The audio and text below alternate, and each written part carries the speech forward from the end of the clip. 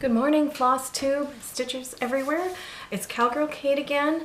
For this video, I thought I would feature more things about what weird little objects you can pick up and repurpose to use for your stitching. And not only that, but other hobbies as well. It doesn't have to be necessarily for stitching, but it's what I use this particular object for. I'll get to showing you more in a little bit, but you've already maybe seen the video featuring the little jewelry box, the wooden treasure chest from Michael's, those kinds of things, the old dishes, what you can repurpose those for. So this is just another one of those weird little things that when you first glance at it, you don't think, especially when how it first looked, you wouldn't think of it as anything that you'd ever want in your house whatsoever. But if you can find a use for it and give it a facelift, it, entirely transforms how you feel about that particular object. So the object that I want to show you guys today is an old medicine cabinet, and I picked it up in an antique kind of junk store for $7. And that was maybe 5 years ago. So it was it's made of wood. It looked like from the 70s, and it looked rather primitive and homemade, and they just kind of slapped something together. But sometimes you have to look at the skeleton of an object and use your imagination on what it might become. So without further ado, I'd like to show you where all of my needlework beading, the stuff that I use on a regular basis, where that stuff lives now. So turn you around here. Okay. And it's this little cabinet. And again, it looked like it was built in the 70s when I first bought it. The wood was real dark, heavy grain. You can see here how thick and rough the boards are. But I gave it a facelift. And what I originally bought this for, it's an old medicine cabinet. I thought, well, hey, I'll put my horse medicine in it. But, no, it's not going to fit. So I thought, well, I don't want this ugly thing in my house. And keep in mind, it didn't look like this when I first bought it. So I thought, oh, I'm going to have to figure something out because it's just too cool to get rid of. So what I did was I painted it all black. And then I painted a peacock on it. Let me get in here close. And my inspiration was Chinese lacquer furniture. So the gold paint on him is liquid gold leaf. You can get that at Michael's. And it's a very shiny metallic. You can get it in gold or silver. And this is gold. And there's his face. And all his feathers. And he was really fun to do. He didn't take long. And the gold paint was really fun. I put different handles. It just had like wooden knob handles on there.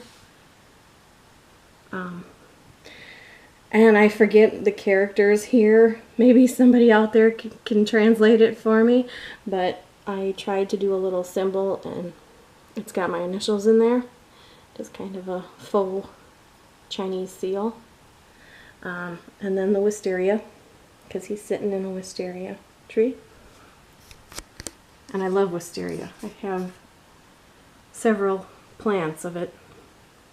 And I just love it. It smells so beautiful in the yard. And that's his tree. And then I picked up these handles at Menards. They weren't very expensive, but they looked like the old time, Chinese cabinetry ones. So let's open this sucker up. And then I painted more Chinese symbols on the doors inside. And I think they're, I'd have to look them up to be sure. I should have wrote them down. But they stand for love and passion and, you know, all positive things. And I chose those kinds of words just because I'm, you know, I really love to do beadwork and so forth. So, anyway, these are the contents. It's got 3 little shelves. And it holds a lot of stuff. So down here is just the extra Mill Hill beads. You know, they're waiting for a project. And there's some more of them. And here are the, they're not full yet, but I plan to put like leftover odds and end beads in there, the crystals and stuff. Some more of these little bead caddy things. I found a couple more of my stitchy pins in here. This one was the clownfish and a sea anemone. Just put them down here. And this one was the little octopus. Let's see if I can find his face. There's his face. So, yeah, they were fun to do. They were made out of Super Sculpey again. They go with the undersea set. This little beaded coin purse, that was a gift, I think. Yes, it was a gift, because I'm trying to remember because I collect them. This one again came from my aunt that gave me the little wooden treasure box. And that's just some Nymo thread, and I keep that in there. I'm trying to collect more colors of Nymo, and they'd stay in there. So, and then this here, these are just some leftover freshwater pearls and some more beads that are, you know, pretty universal. They go with a lot of projects, so I keep them handy. Up here, these are porcupine quills, and that sounds kind of funny to have, but they were rather expensive. But if you do Indian beadwork or know some of that stuff, quill work is very popular for some of their crafts. So I got some to try to learn that technique, and I have other purposes in store for those. Maybe that'll be featured up in an upcoming video. And here I got a couple of these bead trays. They're handy little things. Right now I got the beads for Ireland in there and some more freshwater pearls that were left over. And these are just blank needle cases waiting to get covered up in beads. And over here is the bead stash that came over with Kirsten's projects. And in here I think are all the beads for her Mirabilia Queens. And then she was a great fan of watch cases. So her family sent these over too. And they're the beads for her other projects. And they're so cute. They're just little tiny, I mean, there's the lid. Little tiny vials.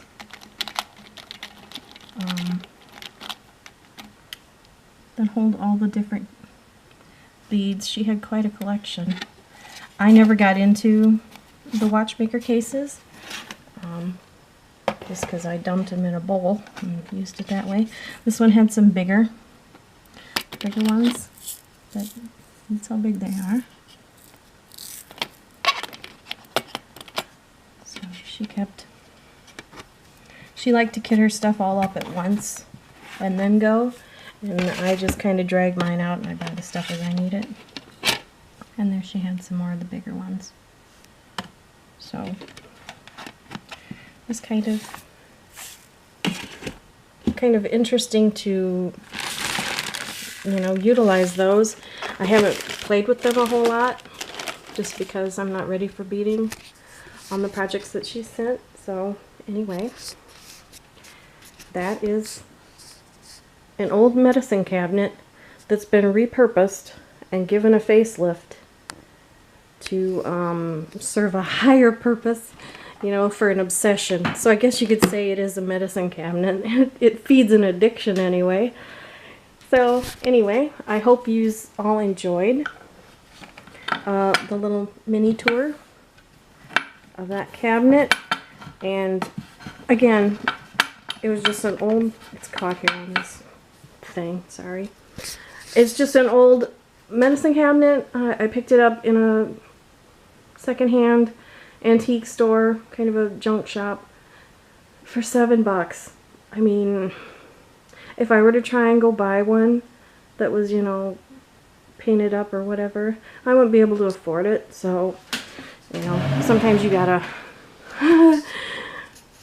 do what you gotta do if you want to have something. And again, I guess the black is just normal latex paint like you'd paint on your walls. And then all the colors are just the little acrylic bottles like you'd find at Walmart, the Plaid or whatever I think is the brand name. And then the liquid gold leaf. I'm not sure the manufacturer, but again, that's pretty common. You can find that in Michael's or Hobby Lobby, back where they have their painting stuff, and maybe where their framing things are, that sort of thing. Because that's what it's for. You're supposed to paint it on picture frames and stuff. But I found a different use for it. Anyway, thank you all for watching. I hope it gives you guys some ideas to kind of see the beauty in something, even if it's really ugly. You know, you can change that, kind of make it something that you'd want to keep and repurpose. I love to repurpose things, and especially furniture. I have some other pieces in my house that have suffered that kind of a treatment. So if anybody would even be interested, I could, you know, do a video on how those things were done.